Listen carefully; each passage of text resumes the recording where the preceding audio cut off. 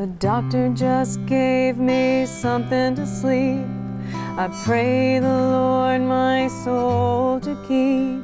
If I should die before I wake, memories of us are all I'll take.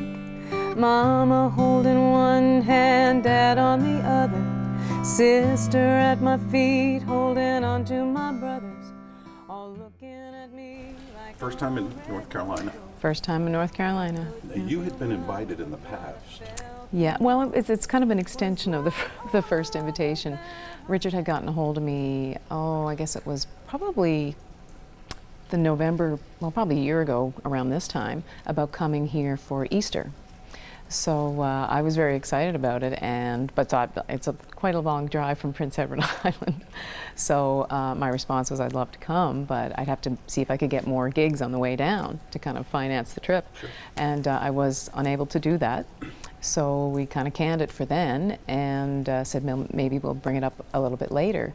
And as the summer wore on, I just started to think more and more about it, and I couldn't come up with a reason not to come just here. If it ended up being just here, I just really wanted to come. And I had been sick a couple of years prior to that, and ever since then I seem to say yes to a lot more things than I used to. So I emailed Richard and I said, if the offer's still open, I'd love to come. And we talked about Easter again, like for 2016, and we talked about November and decided that perhaps November was a better day. And in that same email thread, I said, let's pick a day. We picked a day, and I said, it's confirmed. And it was the first show that I had confirmed. And I said, if nothing else comes out, I don't care, I want to come. And here I am. And actually, this is the fifth show. This is the fifth and last show in the tour. So I'm very pleased and excited. Lord's kind of helping you finance your journey. Very much so, very much so. As a matter of fact, I had thought that I had had a fourth engagement in Greensboro, and on the same day that fell through, another one came up in Canada. Really? Yeah. It's been 9 years since you rewrote. It was 2006. So we're looking at about 9 years since you rewrote the lyrics. Yeah, yeah. And you're in a different place now. Completely. Talk to me about that. Completely. Well, it was a request from my parish priest for Easter to do Leonard Cohen's Hallelujah. And the words, of course, beautiful and brilliant, but not suitable for church. So I rewrote them, and with just the simple intention of doing it for Easter Mass in Iona, Prince Edward Island. And I did it there. And my sister is also the organist for St. John's Presbyterian in Belfast, Prince Edward Island. I did it there. The next week they were having a big revival, and I ended up doing the song a couple of weeks later at their closing of the revival. Pardon me. And people started asking for it on CD, and that was still in 2006, and I didn't really do anything about it because I wasn't ready to do a gospel CD. So 4 years later, in 2010, I was asked to sing it at this little church in Beaumont, New Brunswick. And a cousin of mine taped it and put it on YouTube, and it just exploded from there. It just went, and now here I am. And you now have the rights to the song. I was granted the rights, and it was just the biggest day.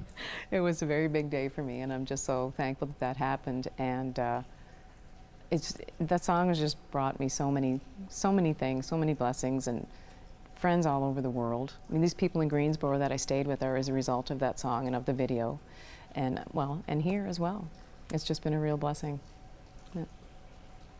What goes through your mind? I mean, here you are, this incredible song, you own the rights. You started out as rewriting some of the words to it, and now you're carrying this message around parts of the country. I don't know.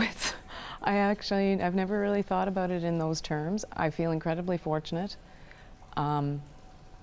blessed beyond. I thank God every day for this, and I also realize that the song is not mine. I simply held the pen for it. That I'm just a vehicle. I have really very little to do with the song other than to deliver it, and I'm just honored to have that happen. I'll accept that answer, but I don't buy it. So how are we honored to have you here at the largest Catholic church in the United States? Oh my gosh, well, you're not honored to have me here. I'm Yes. honored to be here. I am so honored to be here. My world has just opened up beyond borders, I guess you could say. Someone asked me actually from the Catholic Gazette here in North Carolina a couple of Mondays ago, they asked, what do you hope the people will get out of your concert? And honestly, it's not what they get. I get so much out of it. I get so much out of it. And it doesn't matter how many times I sing these songs. Get so emotional because I can see the people's reaction, and that just it fills me up. It just fills me up. I don't know how to explain it. I honestly feel honored to have been invited to bring these songs to people and then get their reaction. I have songs about addiction, and then afterwards I get people coming up to me saying, you know, I've got 17 years in.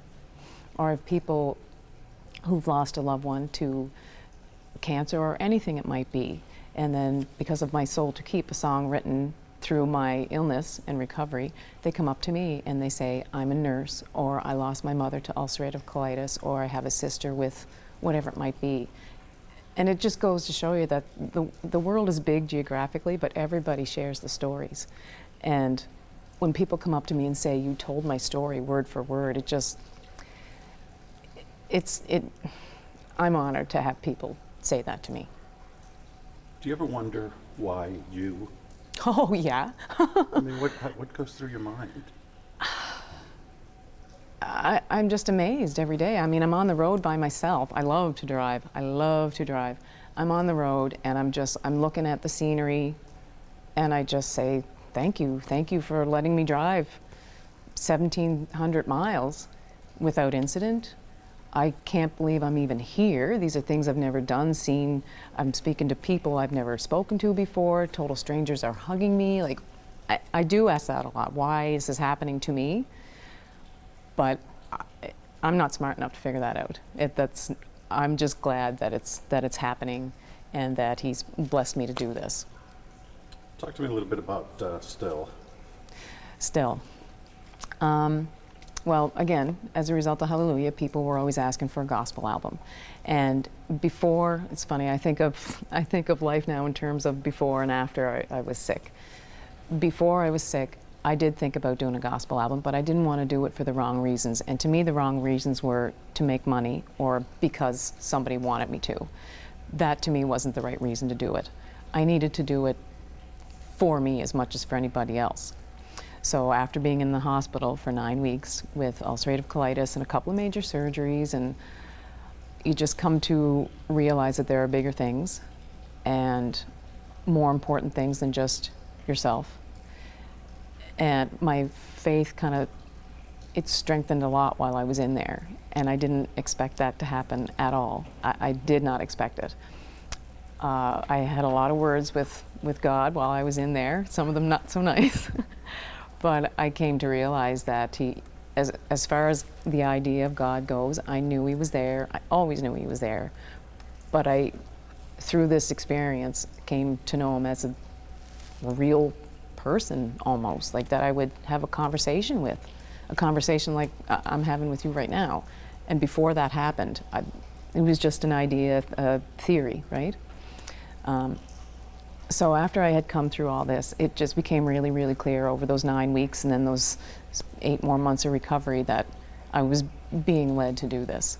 And again, I wanted to do it for the right reasons, and I also wanted it to mean something to me more than anything. I wanted to do it for me more than anyone else.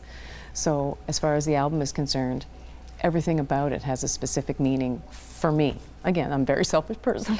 So for me, like the album cover is a painting of the first church I sang at after I was well enough to sing again, because those parishioners there supported me so much throughout being in the hospital and even afterwards. It's the Belfast Presbyterian Church I was telling you about that my sister's the organist in. So I sang I Surrender All there, which is on the album. The picture on the back, I'm wearing my wedding dress. And the painting on the back is actually another church in Charlottetown, the Basilica. Most of the songs have very specific meaning for me. There's only 2 or 3 of them that I just really love the song. One of those being Oh Happy Day. My sister is a music teacher. She teaches grades, I think 4, 5, and 6 music, and she auditioned kids in grade 5 and 6 to be the choir, the backup choir for Oh Happy Day. So that was well, it has meaning because of that, but before that, it's like the song doesn't have great meaning for me, but the rest of them have very, very deep meanings for me. Well, especially the ones I wrote. They're very personal. Now you look great. Your health is good. Yes. Yeah, I feel fantastic. One last question. Sure. Talk to me about your shoes. Oh, well, I wish I had brought some really cool ones. I've had a few addictions in my life, and the one I'm currently fostering right now is a shoe addiction. I'm never going to give that one up. I'm taking that one to my grave.